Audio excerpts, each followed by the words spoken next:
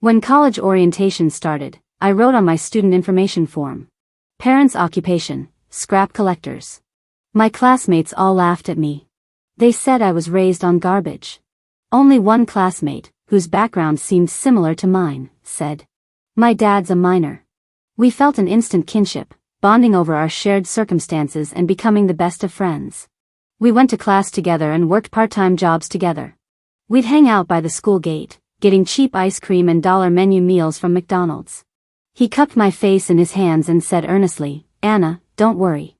I'm going to give you a good life." I was just as sincere. "Ivan, don't worry. I'll work hard too." That is, until our graduation ceremony, when I pulled up in my Porsche Panamera and saw my underprivileged boyfriend getting out of a Ferrari. I, holding the deeds to 3 different properties and ready to propose, was losing my mind. What have you done with my handsome, hard-working college student who came from a poor mining family? He, holding a massive diamond ring and a gift deed, was just as stunned. And what have you done with my sweet, independent girl who survived by collecting scrap? My family owns a waste recycling business, and since I was a kid, my parents drilled one lesson into me: don't flaunt your wealth.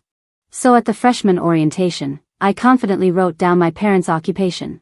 Scrap collectors. Hi, freshman. The TA, Peter, made a loop around the classroom and finally stopped at my desk. He tapped on it gently, his voice as smooth as a summer breeze. "I'm here to collect the info forms. While I'm at it, can I get your number?" I looked up from my writing.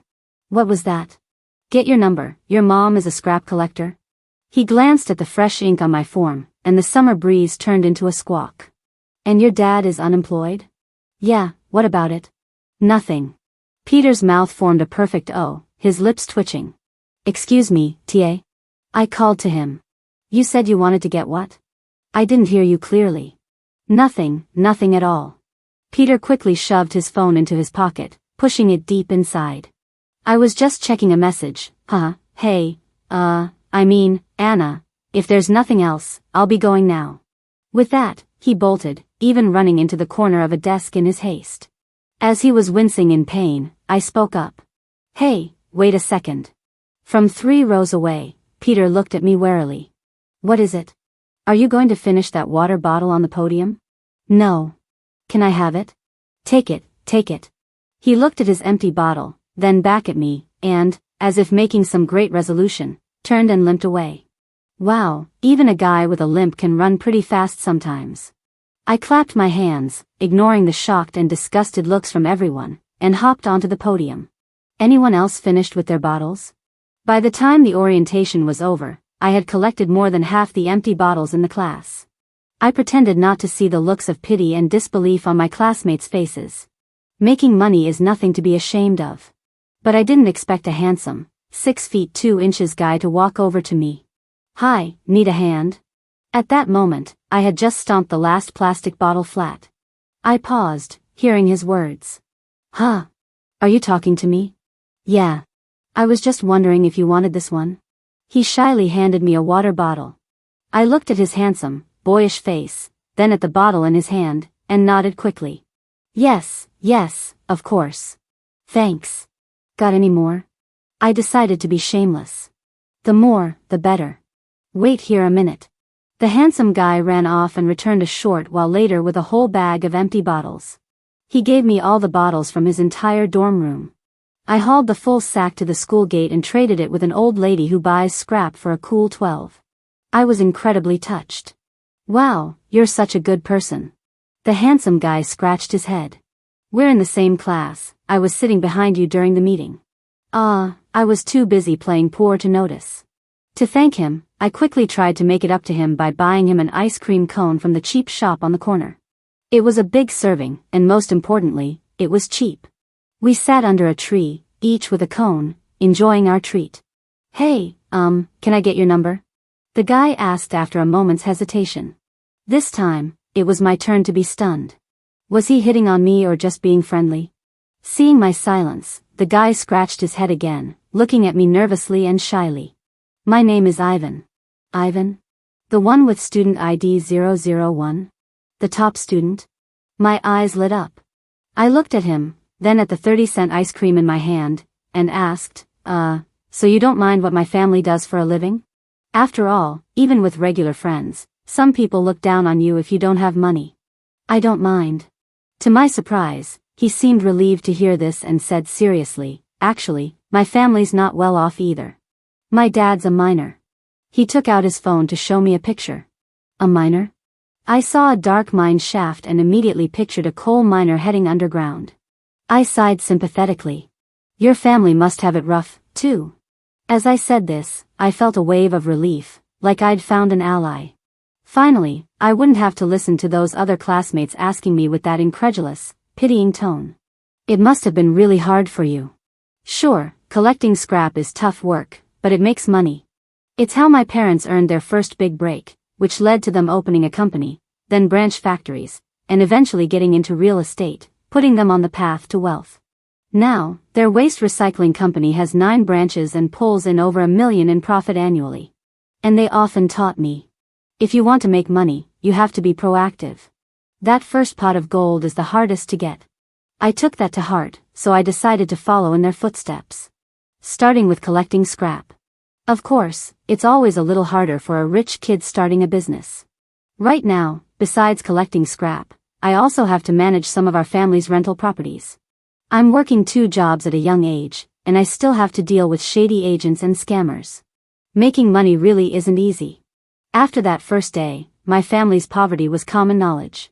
Classmates would whisper when they saw me, and a few of the upperclassmen who'd been interested in me backed off, especially the ones who helped me with my luggage on move-in day. My phone, which had been buzzing non-stop like an 8 a.m. alarm, finally went quiet. I was pleased. After the grind of senior year, I could finally sleep in, and I could also avoid the swarm of guys who were only after money. Oh, except for Ivan, of course. He wasn't like that. Maybe because our family backgrounds were so similar, he didn't look down on me at all. In fact, just like me, he took every opportunity to work part-time and earn money. I looked at the picture on his social media from a few days ago, him sweating while handing out flyers, and couldn't help but daydream, if I could bring a poor, handsome, and motivated college guy like him home to work for the family business, wouldn't my parents be proud of me? Just as I was lost in thought, my roommate Mimi walked by and saw my phone. She said with a hint of disdain, "Stop looking. That rich girl, Zola, is chasing him hard. By the way, the mirror we all chipped in for from Amazon just arrived. Let's go get the package." Damn, I forgot I'm supposed to be a poor girl right now. I sullenly put down my phone and went with my roommates to pick up the mop and broom we'd all bought together for the dorm. On the way, we passed the garbage room. My roommates all pinched their noses and tried to walk faster, but my eyes lit up. 1, 2, 3, 4, so many shipping boxes. If I collected all of these, how much money could I make? A week later, this spot became a mandatory stop for me after class. Unfortunately, my luck didn't last. One day, when I went there again, an old lady grabbed my arm and snatched the cardboard box from my hand. "What are you doing? This is mine, get lost." She snapped in a thick local dialect, asserting her dominance. She shoved me so hard I stumbled, and I nearly fell to the ground. TSK, retired old ladies are surprisingly strong. Just as I was wincing, a hand reached out and steadied me. It was Ivan. He helped me up and brushed the dust off my knees. "Are you okay?" "I'm fine." He turned to the old lady. "Ma'am," she saw this first. "You can't just take other people's things." "What do you mean, other people's things?" The old lady interrupted him. "This is my territory. A young girl like you, competing with us old folks for business? What's wrong with you? Don't come back here again." "Hey! Ivan, let it go," I called out to him. "But she..." "It's fine." I smiled at him. "If she wants it, she can have it. It's just 1 box, it's not worth fighting over. Besides, it looks like I was right." "About what?" "You can't collect all the trash in the world, but you can build a business. This old lady is so brazen about stealing my box, which means the management here isn't very organized yet. If she's going to handle the end of the line, I'll just build the system." Ivan's eyes lit up as he quickly understood what I meant. "You're saying you want to be the middleman?" "Exactly." I smiled and snapped my fingers at him. "I have an idea. Want to hear it?" I have to say, I inherited my family's business smarts. After a solid week of market research, I decided to go big. I used my years of experience managing rental properties to find the perfect storefront. It wasn't far from campus, right on the main road, with easy access. Most importantly, the previous tenant had just broken their lease and skipped town, and the landlord was an elderly woman who didn't understand the law. So, I promised to help her get her back rent, and in return, I rented the place at a discounted rate. Then, I packaged this whole case study and gave it to some upperclassmen who were working on a related project. So what's next? Ivan asked, looking at the project proposal in my hands. A student innovation grant? Yes. You don't say no to free money from the school. We'll form a team, get the project approved, and get the funding. I snapped my fingers. Are you in? Of course. A week later, we had our project approval letter and the first stop of our startup was ready to go. Unfortunately, life is never that smooth. I was finally getting a real taste of what it's like to be poor. One day after class, I walked into my dorm, and my roommates were all staring at me, whispering, it had to be her. What? Hey, Anna, did you steal Mimi's gold necklace? Sarah demanded, holding up an empty jewelry box. Huh. I suddenly remembered all the talk about my roommate Mimi last month. Apparently, her family had landed a huge deal and made a lot of money. In other words, they were newly rich. Her designer-bound necklace she bought last week is missing. Your family is so poor you have to collect bottles to sell. Did you take it to pawn for cash? I almost laughed out loud. Steal something? Steal a gold necklace that wasn't even worth $1,500? Was the nearly $1 million I had in my bank account from rent payments just scrap paper? Yeah, chimed in Jessica from the side. I saw a jewelry box in her cabinet. Maybe it's in there. You went through my things? I only had one box of jewelry in my cabinet, all gifts from my family over the years, a Dior ring, Chanel earrings. To protect my poor girl persona, I hardly ever wore them. But I never imagined they would go through my private things. That was the last straw. My face hardened. Fine, I'll show you. But if you don't find it, you all have to apologize to me. Or better yet, let's just call the police. I opened my jewelry box, and of course, Mimi's necklace wasn't there. Who knows if you just hid it somewhere else, Sarah sneered. Mimi walked over and said with false sincerity, it's fine, a necklace isn't a big deal. Just consider it a gift from me. Mimi, you're so generous. I'm calling the police. What? Everyone in the room froze. A flicker of panic crossed Mimi's face. Let's call them. The value is over $500, so they can open a case. I calmly took out my phone. While one necklace might not be worth much to me, for you guys. I glanced down at the fake designer necklace on Mimi's wrist and added casually, it seems pretty important. After the police arrived, they found the necklace in the pocket of an unwashed coat belonging to Mimi. Young lady, your classmate didn't take your necklace.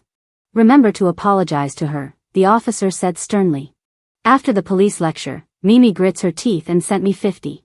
I didn't accept it. Humiliated, she ended up moving out to stay somewhere else for a week. A week later, I opened the dorm room door to see Mimi, decked out in Chanel, sashaying out of the bathroom. It's my birthday today. I'm treating everyone to Hadaleo. You probably shouldn't come, my other roommate, Sarah, said, pointing at me with a dismissive tone. We're going at 5 and it's not happy hour, so it'll be at least 20 a person. This way, you don't have to worry about treating us back next time. Yeah, your parents have it so tough. It's normal for you to save money, Jessica added, her brow furrowed in mock sympathy. Don't worry, we'll still invite you to other stuff that's free. Actually, I'm not short on cash. Oh, just stop pretending. I know I'm being blunt, Mimi said, applying her lipstick and glancing at me. But look at what you're wearing. Do you look like you have money? I looked down at my t-shirt and shorts. This outfit is good for working. Alright, Mimi, let's not waste our breath on her. Let's go eat, Jessica said, fawning over her. Let's go. Mimi slung her new LV bag over her shoulder and walked out without another glance at me. Forget it. I quietly shut my mouth. The more I say, the more I risk messing up. Don't flaunt your wealth. I couldn't just blow up my poor but beautiful college student persona over a moment of anger. Growing up, I'd seen plenty of examples of people losing everything by showing off. Thinking back to what my parents told me before I left for college gave me a shiver of fear. My mom, honey, as our only daughter, going out of state for college, I only have one rule for you: don't marry far away. And stay away from gold diggers. You absolutely cannot just fall for a handsome face. My dad chimed in, and it's okay if a guy is a little poor. Worst case, we can bring him into the family business. But if he's only after your money from the start, he's definitely not a good man.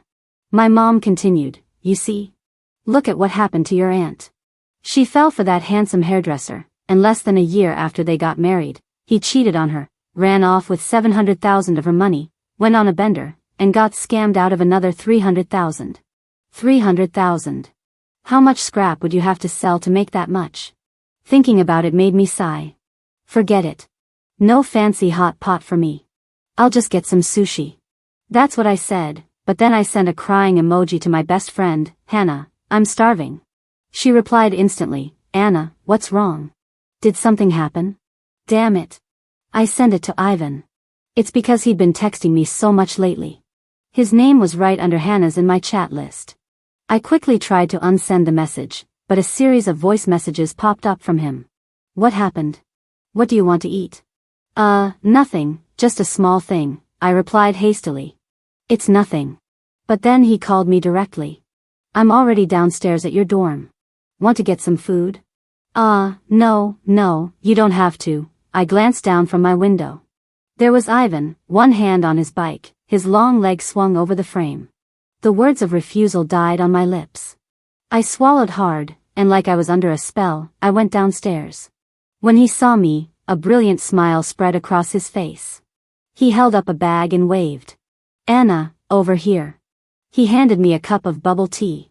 Four Seasons milk tea from the corner shop, half sugar, less ice. I made a little money from my part-time job today. How about we grab dinner together?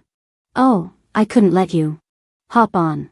There's a new spicy stir-fry place on East 4th Road that's really good. They have a buy one, get one half off deal. None of the guys in my dorm can handle spicy food, so would you mind eating with me just once? He gave me a pitiful look. Just once, please. Are you trying to test a college girl with your good looks? Gulp. I heard myself swallow. At that moment, only one thought filled my mind. I need to open a spicy stir-fry restaurant. Immediately. I'm done pretending. I'm laying my cards on the table. I'm loaded. Thankfully, the memory of that 1 million cautionary tale snapped me back to reality just in time. 1 million, 1 million, I chanted silently, clenching my fists. What? Ivan asked. What 1 million bowls? Nothing, you heard me wrong, I said with an awkward laugh, quickly changing the subject. Are we almost there? We're here, he said, pointing ahead. A brand new spicy stir-fry restaurant appeared before us. This way. This was the first time I'd ever gone out to eat with him alone. He handed me a menu. You first. Anything you don't eat? As I looked it over, I instinctively listed off my preferences, lots of lotus root, no star anise or garlic. Crap. Only after I said it did I realize I wasn't at home, and the person across from me wasn't my family's private chef. It was all Ivan's fault for asking so naturally. Okay, got it. Ivan, oblivious to my inner turmoil, checked off the ingredients and added a few more things. Do you want cilantro? Yes. My spirits lifted, a little surprised. I didn't even see cilantro on the menu. He smiled and handed the order to the waiter. Yeah, it's in the very last section. It's easy to miss. While we waited for the food, he asked again, so what really happened today? I hesitated, trying to brush it off. Nothing, really. Wow, the AC is a bit cold in here, huh? To my surprise, Ivan pulled a jacket out of his bag. If you're cold, you can wear this.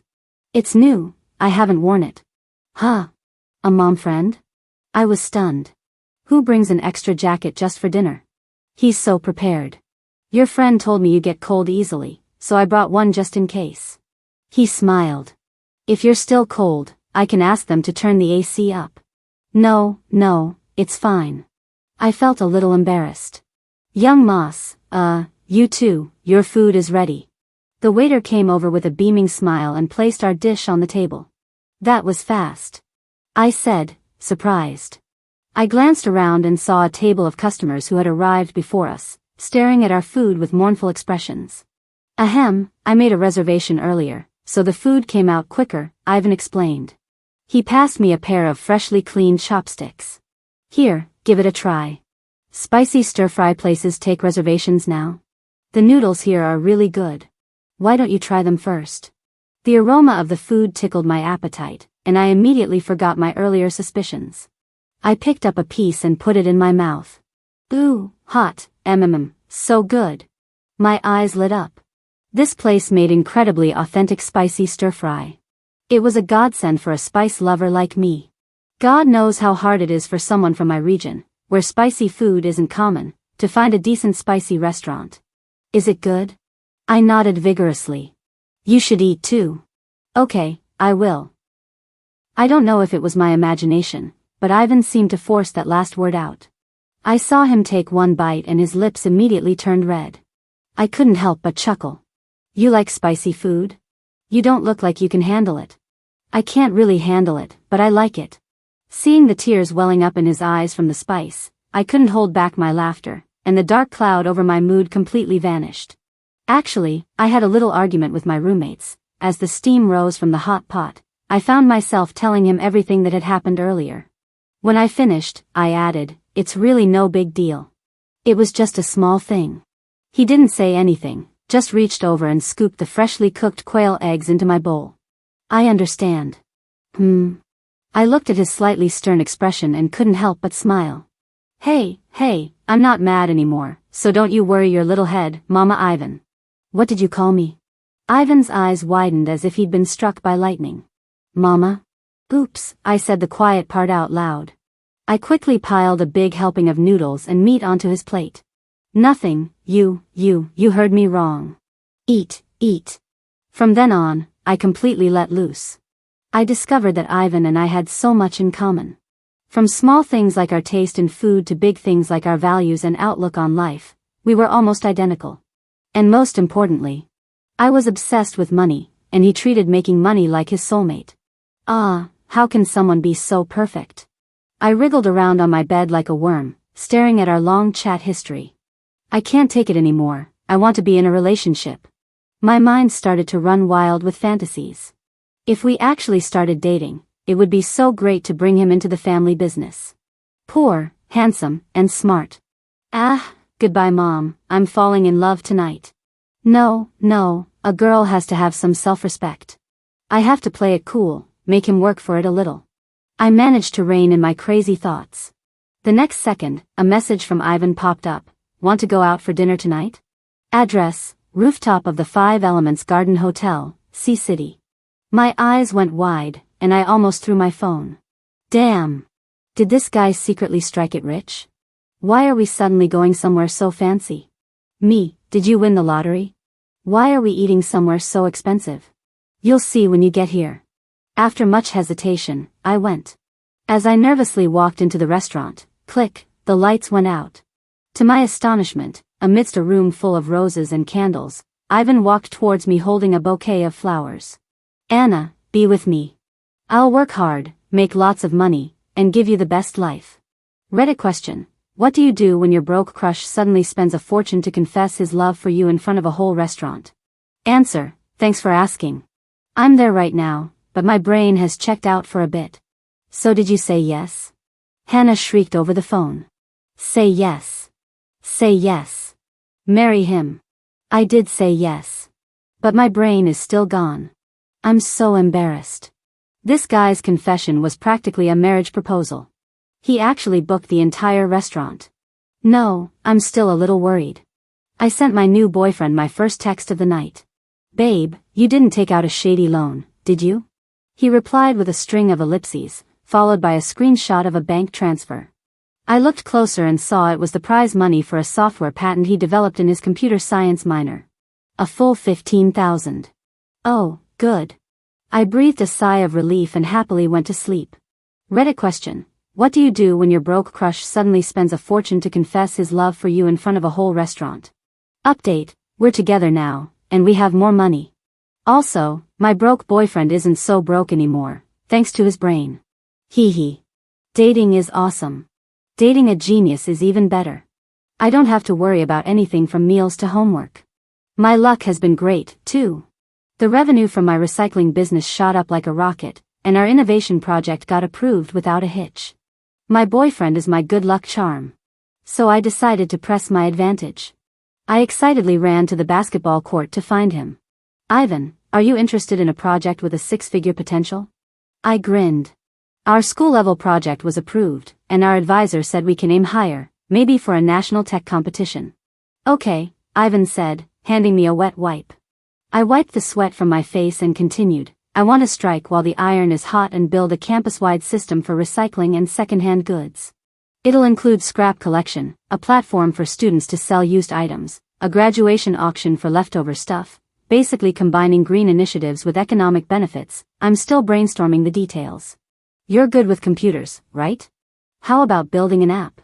Okay, Ivan said, magically producing a bottle of water for me. I chugged it down. I want you to be in charge of building the platform. I'll handle the functional design. Okay. I want to eat spicy crayfish for dinner tonight. Okay. I want to. Okay. Okay, my foot. Seeing him just staring at me in a daze, I finally couldn't resist and tapped him on the head. Ivan, are you even listening to me? You're allergic to seafood, how can you eat crayfish? At this point, if I said I wanted a giant diamond, would you give it to me? Okay. Ivan finally snapped out of it. He reached out and took my hand. A diamond. I'll work hard to earn the money, to buy it for you. Damn it. We were talking about business. I slapped his hand away, my face flushing slightly. So I'll take that as a yes. Of course. You're my girlfriend. Damn, I'm dead. Killed by sweetness. How did I never notice how smooth he was before? Just like that, Ivan and I dated happily for a whole semester. If it weren't for the evil final exams, everything would have been perfect. Why do we need to know the specific aggregate for concrete? Why is calculus so ridiculously hard? Ivan just smiled and comforted me. Don't worry about it, the exams are over. I glared at him. What if I fail? You won't. How do you know? I roughly calculated your score. Crap, I forgot about your freakish memory. Anyway, since they're over, why don't we relax? The class president is inviting everyone to karaoke. Want to go? He asked, looking at the message in our class group chat. Sure, I nodded. Let's go. 10 minutes later, I was standing in front of the karaoke bar, looking up at the big sign that read Juliet's Palace, and I had a very bad feeling. Then I saw the manager standing at the door. Isn't that Mr. Smith, the general manager of my family's KTV chain? My English name is Juliet. This place, if I'm not mistaken, is owned by my family. Years ago, my flashy dad saw how popular another KTV chain was and decided to open one for fun. He insisted on naming it after his daughter, and it ended up becoming so successful that it turned into a chain. I quickly put on my hat and zipped my jacket all the way up, silently chanting, "Don't see me, don't see me. Welcome, everyone. Please, this way." The manager peered around and was about to speak when he saw me, miss. I stomped on his foot. Shut it. I ducked into the bathroom and furiously texted my dad, "Did you send Mr. Smith here?" "Oh, sweetie, Daddy was just worried. What if the KTVs near your school aren't safe? So Dad opened one to make it convenient for you to bring your friends. Then why didn't you tell me?" "Humph," my mother scoffed from the side. "He opened it but was afraid you'd be mad if you found out. He's been sulking about it like some loser for 3 months. See? I told you your daughter would yell at you, ha ha ha, serves you right. Thanks, you too. I'll handle it myself. Just don't cause any more trouble for me." I put my hat back on, gave a few instructions, and finally hurried out of the bathroom. As soon as I walked into the room, I heard the class president on stage, full of passion. "All right everyone, eat and drink up. Everything tonight is on me." The whole night, I was on edge. The class president was on stage, clutching a beer bottle and screaming lyrics. I was in the corner, typing furiously on my phone, "No freebies, don't blow my cover, and stop sending fruit platters. You've already come in 4 times. Get out. Mr. Smith, okay, miss. Just one last plate of watermelon, and then I'm out. Oh, hey, is that handsome guy next to you your boyfriend? You nosy pest, don't ask, don't tell my parents, and get out. I spent the whole night on pins and needles, worried that Ivan would find out something and that the unreliable Mr. Smith would tell my parents about my relationship. When I finally came to my senses, I realized Ivan was gone. Where did he go? I looked around and saw Mimi's two cronies hesitantly approaching me. Anna, we're so sorry. About Mimi's birthday, we didn't mean it. We were wrong to accuse you. I was startled and quickly waved my hands. It's okay, I'd almost forgotten about it. But where's Mimi? I was a bit puzzled. I haven't seen her at all today. You don't know? One of them, Linda, said. Last week, her dad was arrested for bribery and corruption. Her family went bankrupt, and she dropped out of school. What? I was shocked. Was this karma, or was there some other force at play? While I was pondering this, the class president suddenly ran out. Fuming, I said I was treating everyone. Who paid the bill? Huh? While I was still reeling, my sharp eyes, like X-rays, locked onto the manager. Was it you? It wasn't me, I swear. Mr. Smith looked like a man wrongly accused, mouthing the words to me, I'm innocent. Some guy just came and paid for everyone's entire bill for the whole night. What a coincidence, right when I was about to be asked to chip in. What did he look like? I walked over and whispered. I didn't get a good look. Tall and thin, wearing a mask. He looked pretty handsome, and he had a small mole near the corner of his eye. A small mole? It couldn't be Ivan, could it? Impossible. I immediately dismissed the thought. The most expensive thing he owned was the pair of Nikes I got him for his birthday, which cost over $100. Just as I was lost in speculation, the vice class president suddenly squeezed next to me, slurring his words, Anna.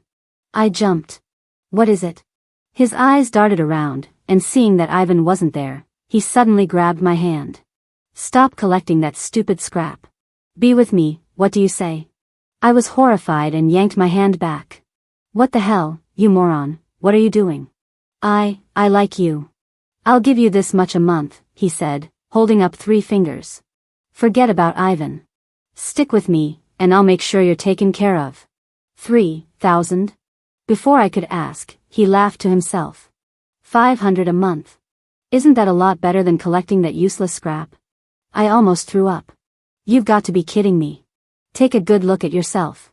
A job for 500 a month with no benefits, no weekends off, no food or housing included. The old lady who buys my scrap at the school gate would spit at that offer. I offered her 700 a month, and she called me a heartless capitalist. Just as I was about to unleash a verbal assault, Ivan suddenly appeared behind me, grabbed the guy's hand, and twisted it hard, his voice ice cold. What do you think you're doing?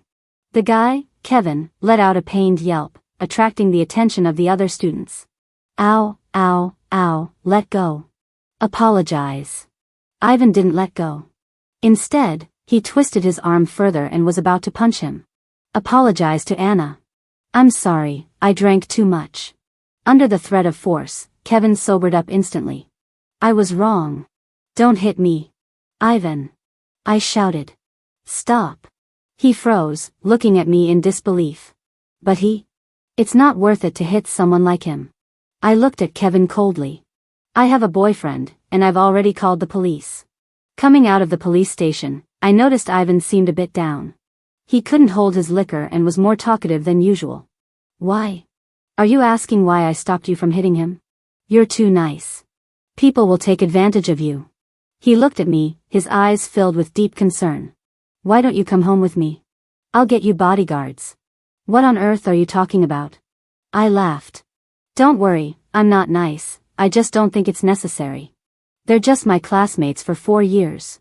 Arguing with them is a waste of my time and energy. And for today's situation, I wasn't completely unprepared. I held up my phone, my eyes clear. Evidence collection, lawsuit, the whole package. Don't forget, Hannah is a law student. Ivan's expression was complicated. Finally, he rested his head on my shoulder and mumbled, but I'm your boyfriend anyway. If there's a next time, I'm definitely going to beat him up. Alright, you have an 8 a.m. class tomorrow. Go home and get some sleep.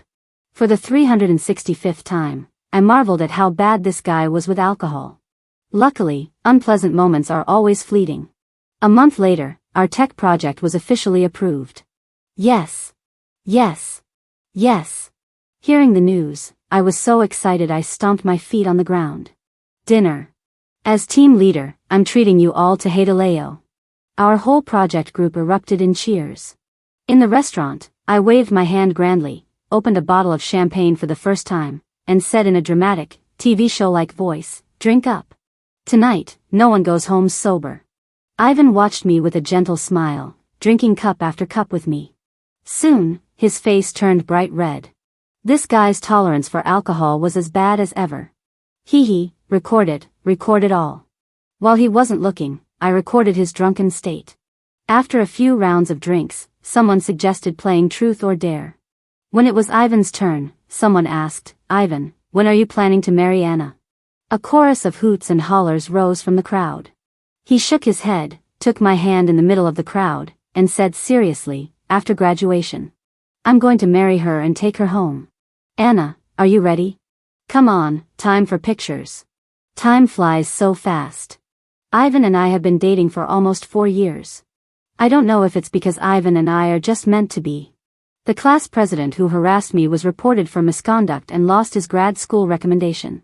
My business and studies flourished, and before graduating, I earned my first $150,000. And now, the graduation season I've been waiting for has finally arrived. I'm going to bring my boyfriend home. It's finally time for the big reveal. I'm going to reveal my identity and trick my simple, hardworking, genius boyfriend into marrying into my family. On the big day, I took out my rarely used black card and bought myself a full-on heiress outfit. At the graduation ceremony, Ivan and I agreed to meet at the school gate at noon. To avoid giving him too much of a shock, I specifically chose the dumpling shop at the school gate for a Remembering the Tough Times final student meal. I hung up the phone, drove my Porsche Panamera with one hand, wearing my Chanel sunglasses, and pulled into the lot with a flourish, not forgetting to send Ivan my location. "Baby, I'm here." I sat in my convertible, looking at the 3 property deeds in my hand, thinking smugly, in a minute, I'm going to drag him into my passenger seat, make him my man, and let him enjoy a life of happiness. Just then, I heard a gasp from nearby, another luxury car. It's a Ferrari. I looked over and saw a flashy red Ferrari pull into the lot, parking not far from me. The brand new body, the side-mounted exhaust pipes, everything screamed its price tag. Who? Which jerk is trying to steal my thunder? I pulled my sunglasses down, ready to see who this Ferrari guy was, when the car door opened. A pair of long, familiar legs stepped out. It was my boyfriend of 4 years, Ivan. Me, where is my genius college student? I thought we were on the same page, but you've been playing games with me? Ding. My phone buzzed. "Anna, I'm here." "Where are you?" I gave a cold smile and slapped the property deeds on the horn. "Look to your left." Our eyes met. We were speechless. My jaw dropped. So did his. I sat in my Panamera, waving the 3 red deed booklets and roaring, "You big liar. What happened to the poor, hardworking, handsome college student from a mining family?" Ivan leaned against his Ferrari, clutching the huge diamond ring in his hand, and after a long moment, squeezed out between his teeth, "You're one to talk. What happened to the sweet, independent, innocent girl who survived by collecting scrap?" I completely lost it. "Didn't you say your family was in mining?" "They are. Jade and diamond mines, does that not count?" "Say that again." Ivan spoke meekly. "1 jade mine in Myanmar, 2 gold mines in Russia." "What about the photo?" "That was my dad inspecting the mine shaft." "Okay, stop." I couldn't listen anymore. I had only one thought. Go home. I needed to curl up in my 8,000 square foot penthouse and cry over my dead romance. "What about you?" he asked. "My family really does collect scrap." I suddenly felt a little guilty, but I stuck my neck out and tried to justify it. "We just scaled up a bit. Opened a small company." "How small?" 6 buildings, 9 branch offices. "Ivan, you know, serious cases of fraud can land you in jail. You have the nerve to talk about me? What else have you been hiding?" "That spicy hot pot place by the gate is my family's." "And you?" "That Juliet's Palace, KTV is my family's." I demanded, "Why did you pretend to be poor? I thought you came from a humble background. I was afraid my family's wealth would create a rift between us." Silence was the only thing between us now. "Anything else to confess?" I asked, wearily taking off my glasses and heels. Might as well get it all out. He silently handed me a hard-cased folder. For you. I opened it. A transfer agreement for a Russian diamond mine. I slapped the 3 property deeds into his chest. Yours. Just then, my phone rang. I looked at the screen, Mom. At the same time, his phone rang too. Oh no. We both said in unison, the lunch meeting. Quick, hide your Patek Philippe. You hide your Chanel bag first. It's too late, they're already at the edge of the campus. Son. A glamorous, well-dressed woman called out from the entrance. Where's our dear daughter-in-law? At the same time, I heard my mom's voice, Sweetheart, where's my new son? I instinctively hid the bag behind my back. Without a second glance, Ivan took off his watch and tossed it into a nearby trash can. Me, you just threw away a 100,000 watch, you're really something. We'll get through this first, he said through gritted teeth. Worst case, we can come back tonight and go dumpster diving. You've got to be kidding me. 15 minutes later, 6 people, all decked out in head-to-toe luxury brands, were squatting in a hole-in-the-wall dumpling shop at the school gate. Don't you two have anything to explain? My dad said, breaking the silence. I don't know, maybe he did, but I certainly didn't. I'm sorry, Uncle and Auntie, there seems to have been a bit of a misunderstanding, Ivan said awkwardly, trying to salvage some dignity. Ahem, let's not rush this. Why don't we find another place to eat? Ivan's dad quickly jumped on the opportunity, looking at me tentatively. Good, everyone was in complete agreement on this point. While Ivan's family was busy making a reservation, my mom sidled up to me and hissed, This is the poor college student you told me about? The new Chanel coat his mom is wearing? Your own mother couldn't even get her hands on one this year. Me, Mom, please, let me explain. Half an hour later, we were at a top-floor garden restaurant in Sea City. With Ivan and me stumbling through our explanations, the truth of our 4 years of college finally came out. A showdown between 2 master deceivers. Each one trying to outpour the other. So you two just ate at McDonald's for 4 years? Pretty much. I didn't dare say that was only for special occasions. My mom's eyes welled with tears. And I wondered why you never carried the new bag I bought you. Uncle, Auntie, Ivan stood up, shielding me, and raised his glass in a sincere apology. I'm sorry. Although I hid some things from Anna, my feelings for her are very genuine, please, rest assured. I quickly expressed to my future in-laws that our love was as real as gold. Ivan's mother was also heartbroken.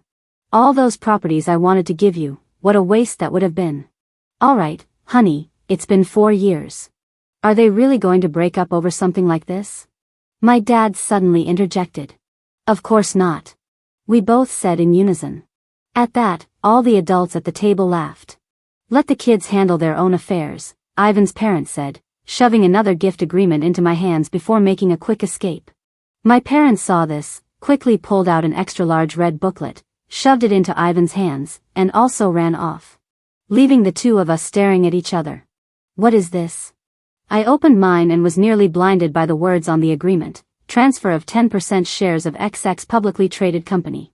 Ivan opened his and had a strange look on his face, a deed of gift for an entire building? You're in charge of this building from now on. I realized what was happening and quickly went on the offensive. It's from your future mother-in-law, you have to take it. No way, you're managing this mine. Ivan wasn't backing down. It's yours. It's yours. I'm going to go collect scrap. See ya. Ivan, how dare you try to trick me? This isn't over.